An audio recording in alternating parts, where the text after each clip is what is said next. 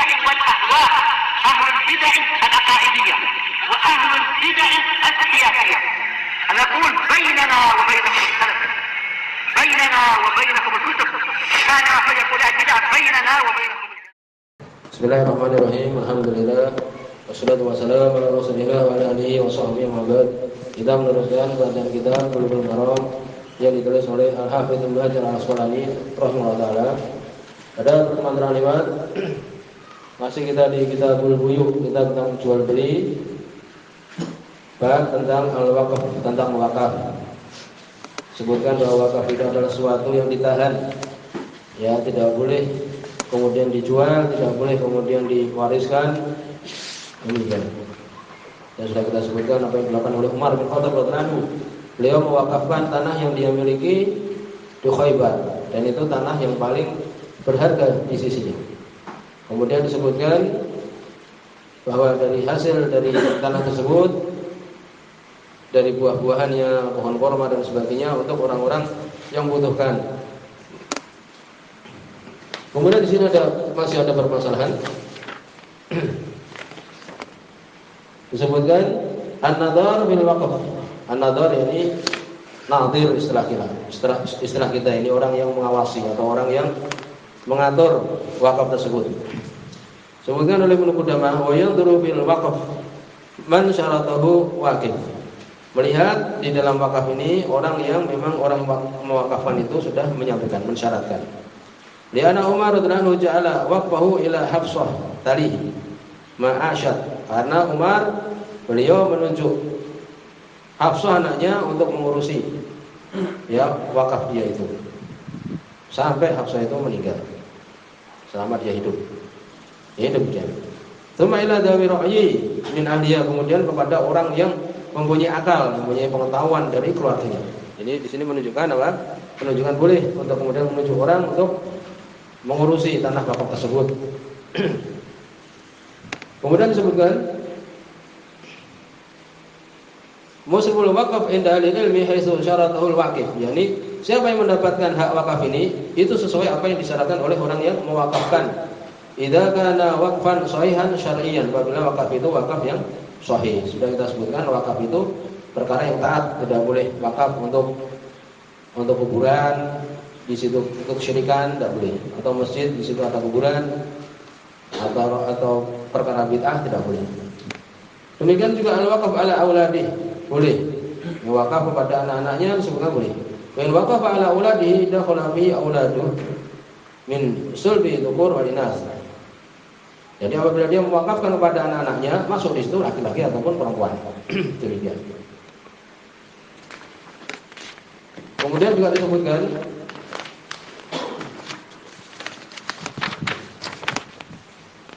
al-waqaf fil maradil maut, boleh enggak seseorang itu? Boleh tidak seseorang mewakafkan ketika dia maradil maut, mau meninggal kemudian mewakafkan. Kesimpulannya sebagai Ibnu Qudamah, anal waqaf fi maradil maut bi manzilati wasiyah.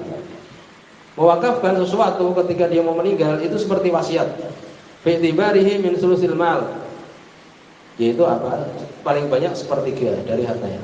Jadi telah tahu kita bahwa boleh wasiat, dan wasiat itu tidak boleh melebihi sepertiga. As-sulus wa sulusul katsir. Demikian juga wakaf, boleh ketika dia mau meninggal mewakafkan, ya, dan itu apa? Paling banyak sepertiga hartanya. Ya, demikian. Dan wasiat tidak boleh untuk ahli waris. Kemudian madza yasna'ul bil waqf idza ta'addarat manafi'uhu. Bagaimana wakaf itu kalau ternyata wakafnya itu ta'addarat, menjadi tidak berharga. Dia mewakafkan tanahnya umpamanya jauh sekali, ya, tidak bisa ditempuh oleh kendaraan. Disebutkan boleh. Ini mazhab Imam Ahmad, demikian juga yang lainnya. Boleh di situ idza ta'addarat manafi'u wa lam yumkin naqluhu, tidak mungkin untuk dinakalkan. Tsumma yashtari bil mal waqfan musyabihan lahu, dijual tanah tersebut kemudian dibelikan yang seperti itu, paham? Daripada tidak bermanfaat wakafnya itu. Tapi ini harus berhati-hati. Oleh karena itu sebagian melakukan tukar guling, ini ditukar tempatnya itu yang lebih bermanfaat. Demikian. Apalagi mungkin di tengah kota mahal sekali, ya dijual laku banyak sekali dan jauh dari orang-orang mau menuntut ilmu umpamanya, dijual, diberikan tanah yang luas ya dengan uang yang dijual itu, dari tanah yang dijual itu. Kemudian juga disebutkan Ibn al-Islam Ibn Taimiyah yajuzu taghyiru syartul waqif ila ma huwa aslah minhu. Boleh merubah syarat orang mewakafkan kepada sesuatu yang lebih bagus. Demikian. Sesuai dengan zaman, demikian juga makan. Sesuai waktu, demikian juga tempatnya. Seperti umpamanya dia sudah mewakafkan ini untuk orang ahli fikih umpamanya. Kemudian ternyata di situ butuh untuk jihad atau untuk pasukan, maka boleh ya dipindah. Tapi untuk benar-benar berhati-hati. Kemudian juga disebutkan man waqafa waqfan mustaqilan tsumma dara alidain. Ini juga seseorang mewakafkan kemudian dia punya hutang. Semua oleh Ibnu Taimiyah di sini. Ya, dia punya hutang ternyata. Walam yumkin wafa'dan illa bi bai'i shay'in minal waqf. Tidak mampu dia membayar hutang dia kecuali dengan menjual sesuatu dari barang wakaf tersebut. Wa huwa bi maradil maut, dia mau mati. Bi'a bi ittifaqil ulama. Sepakat para ulama boleh itu dijual. Orang yang mewakafkan ini dia punya hutang. Kemudian dia mau meninggal. Tidak bisa dibayar kecuali dengan menjual sebagian dari barang wakaf ini. Ijma' para ulama boleh dijual barang tersebut. Barang wakaf itu untuk membayar hutang dia. Apabila dia itu dalam keadaan masih sehat, apakah boleh dijual? Terjadi perselisihan. Kesimpulannya boleh dijual. Paham ya? Jadi kalau dia mau meninggal dijual untuk membayar hutangnya. Walaupun itu barang wakaf. Ijma'. Dalilnya tentang seorang yang dia itu ya memerdekakan minat tadbir. Kalau dia meninggal, hadis Bukhari Muslim, dia waktu itu ingin memerdekakan budak. Kalau aku mati, aku merdekakan budakku ini. Padahal dia tidak punya harta warisan untuk anak-anaknya. Akhirnya Nabi SAW membatalkan itu. Kemudian dibagikan untuk anak-anaknya. Berikutnya kita masuk bab yang baru. Babul hibah wal umrah war rukbah. Di kitabul buyuh ini. Bab tentang hibah. Hibah itu pemberian. Wal umrah. Umrah itu untuk mempermudah. Jadi definisinya ya, aku bersedekah selama aku hidup. Sebutkan di sini halaman 91. Umrah itu adalah seseorang mengatakan amartuka dari hadhihi ay hiya laka umri. Ini milikmu selama aku hidup. Selama aku hidup, rumah ini tinggalilah.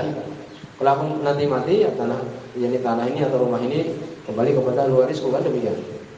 Mudah hayatik, atau sebaliknya, selama kamu hidup, demikian. Seakan-akan ya demikian. Jadi seperti orang mengatakan kepada temannya, ini rumah ini, kamu tinggal di sini selama aku hidup. Demikian. Seperti itu kurang lebihnya. Kemudian ar-rukbah itu dari muraqabah, saling mengawasi.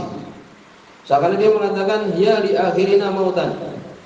Ya, tanah ini atau rumah ini untuk kamu, ya siapa yang dia itu paling akhir.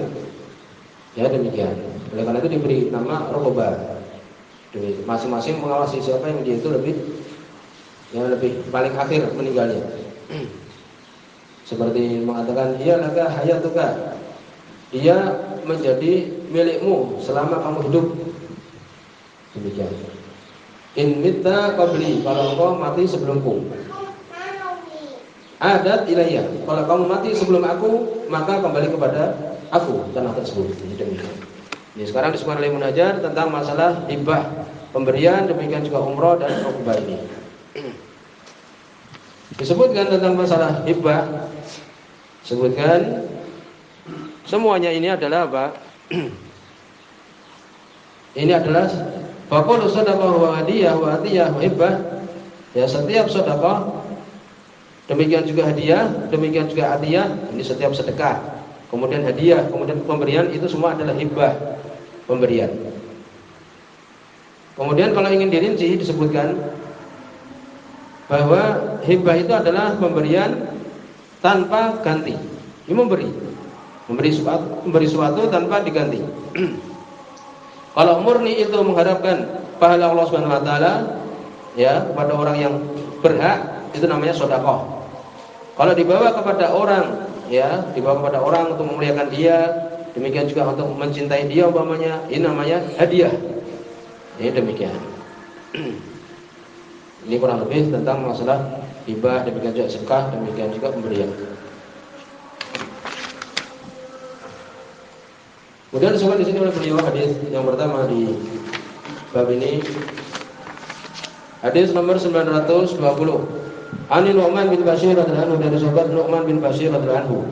Ini tentang kisah waktu itu Nu'man bin Bashir memberikan hadiah pemberian kepada salah satu anaknya, yang lain tidak diberi. Dari Nu'man bin Bashir radhiyallahu anhu, anna abahu, sesungguhnya bapaknya Bashir radhiyallahu anhu, ata bihi Rasulullah sallallahu alaihi wasallam, mendatangi bersama dengan Nu'man ini kepada Rasul sallallahu alaihi wasallam. Maka dia mengatakan, ini nahaltu ibni hada gulaman kana li, sesungguhnya aku nahaltu memberikan kepada anakku ini gulaman, budak yang aku miliki. Jadi dia memberikan budak kepada Nu'man. Bapaknya ini memberikan budak kepada anaknya. Faqala Rasulullah sallallahu alaihi wasallam, berkata Rasul sallallahu alaihi wasallam, di sini hadis muttafaqun alaih. Aqulla waladik nahaltahu misra hada, apakah setiap anakmu engkau berikan budak ini, ya nahaltahu, yani kau berikan kepada anakmu itu semuanya seperti ini, yani apakah semuanya kamu berikan budak-budak juga? Ini budak dulu harganya mahal. Kalau dia itu sesuatu yang berharga, kuat umpamanya budaknya mahal harganya. Faqala, dia mengatakan tidak. Ini Bashir mengatakan tidak, aku tidak berikan kepada yang lain. Faqala Rasulullah sallallahu alaihi wasallam, farji'hu, kembalikanlah. Ya, untuk kemudian dibatalkan. Tariklah kembali. Wa fil lafdin, di dalam lafaz yang lain, fantalaqa abi ila Nabi sallallahu alaihi wasallam, berangkat bapakku kepada Nabi sallallahu alaihi wasallam. Waktu itu bahkan berselisih dengan istrinya. Istrinya tidak mau. Akhirnya pun meminta kepada Nabi untuk memutuskan. Liyushhidahu ala shadaqati, untuk Nabi menyaksikannya atas sedekahku ini. Jadi agar Nabi menjadi saksinya atas pemberian ini. Maka Nabi sallallahu alaihi wasallam mengatakan, "Af'alta hadza bi waladika kullihim?"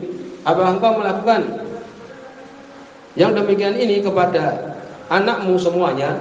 Qala la, dia mengatakan tidak. Qala, maka Nabi mengatakan, "Ittaqullah." Ini bertakwalah kepada Allah. Wa'dilu baina auladikum, adillah di antara anak-anak kalian. Faraja abi, maka bapakku pun menarik kembali. Faradda tilka shadaqah, dan mengembalikan sedekah tersebut. Muttafaqun alaih, hadis riwayat Muslim. Wa fi riwayat Muslim, dalam riwayat Imam Muslim, qala, Nabi sallallahu alaihi wasallam mengatakan, fa'ashid ala hadza ghairi. Carilah saksi atas perkara ini selain aku. Nabi tidak mau. Ya, tidak mau untuk bersaksi sesuatu yang jauh yang dia itu jahat. Tsumma qala, kemudian Nabi mengatakan, ayasuruka ayyakunu laka fil birri sawa. Apakah kamu suka? Apakah menggembirakan kamu untukmu itu kebaikan, yakni berbuat bakti di antara anak-anak itu sama. Ini Nabi mengatakan, apa kamu ingin semua itu berbuat baik kepada kamu? Qala bala, dia mengatakan bahkan, yakni ya. Qala fala idzan, Nabi mengatakan maka jangan kalau demikian. Ya demikian. Jadi kalau kamu ingin semuanya itu nanti menjadi anak yang berbakti, ya kamu harus adil. Demikian. Sebutkan di antara hikmahnya adalah kalau diberi salah satunya itu menimbulkan apa? Hasad. Ini tidak dikasih, aku nggak dikasih, akhirnya dia hasad, akhirnya dia tidak berbakti kepada orang tua. Maka di sini ada beberapa hukum tafdil bainal aulad fil atiyah. Ya, hukum tafdil, melebihkan di antara anak-anak di dalam berian itu tidak boleh. Ya, harus dalam badan adil. Sebagian mengatakan boleh, ya, tapi yang benar adalah tidak boleh. Hadis tadi jelas tidak boleh. La tusyiduni ala jawr, dalam riwayat yang lain, jangan kau menjadikan aku saksi sesuatu yang dia itu jahat. Kemudian juga disebutkan idza fadala ba'du waladi, ya fadala ba'du waladi fal hibbah batilah. Kalau dia melebihkan salah satunya, apakah batal pemberian itu? Iya, batal. Batal pemberian itu, ditarik kembali. harus adil. Kemudian dhabit adil. Bagaimana definisi adil di antara anak-anak? Ini yang berselisih para ulama. Syaikhul Islam, ya demikian juga Imam Syafi'i berpendapat sesuai warisan. Imam Malik, Imam Syafi'i, Abu Hanifah dan yang lainnya berpendapat sama. Ini memang berat. Wallahu a'lam. Ya. Untuk saat ini kita lebih cenderung yaitu sama, laki dan perempuan sama. Ya, tapi pendapat tadi Imam Ahmad bahkan disebutkan ya ulama-ulama yang lain Surah dan sebagainya bahwa itu seperti warisan. Laki-laki dua kali daripada perempuan. Itu dapat saya usahakan juga. Saya bebas yang Qayyim. Mula, sampai di sini subhanallah yang tiga, asyhadu an la ilaha illallah,